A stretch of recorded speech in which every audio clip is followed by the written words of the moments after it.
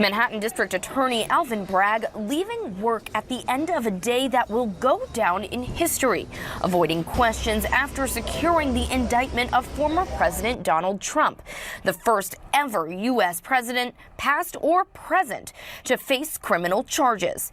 In a statement, Bragg's office confirmed the indictment, saying, "We've contacted Mr. Trump's attorney to coordinate his surrender to the Manhattan DA's office for arraignment on a Supreme Court indictment, which remains under seal."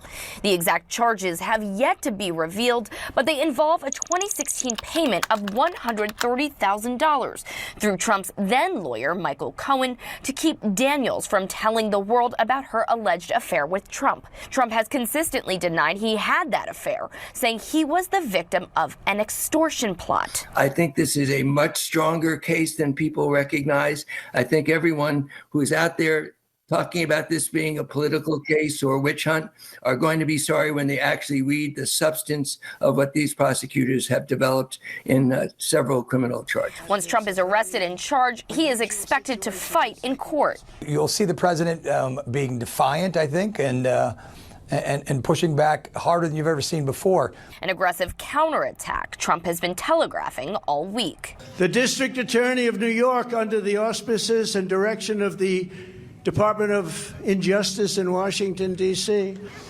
was investigating me for something that is not a crime, not a misdemeanor, not an affair. Trump has the backing of many senior Republicans joining him in accusing Bragg of a politically motivated witch hunt.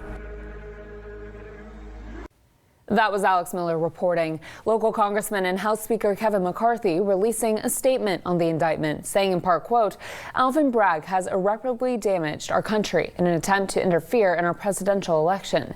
As he routinely frees violent criminals to terrorize the public, he weaponized our sacred system of justice against President Donald Trump. The American people will not tolerate this injustice, and the House of Representatives will hold Alvin Bragg and his unprecedented abuse of power to account," end quote.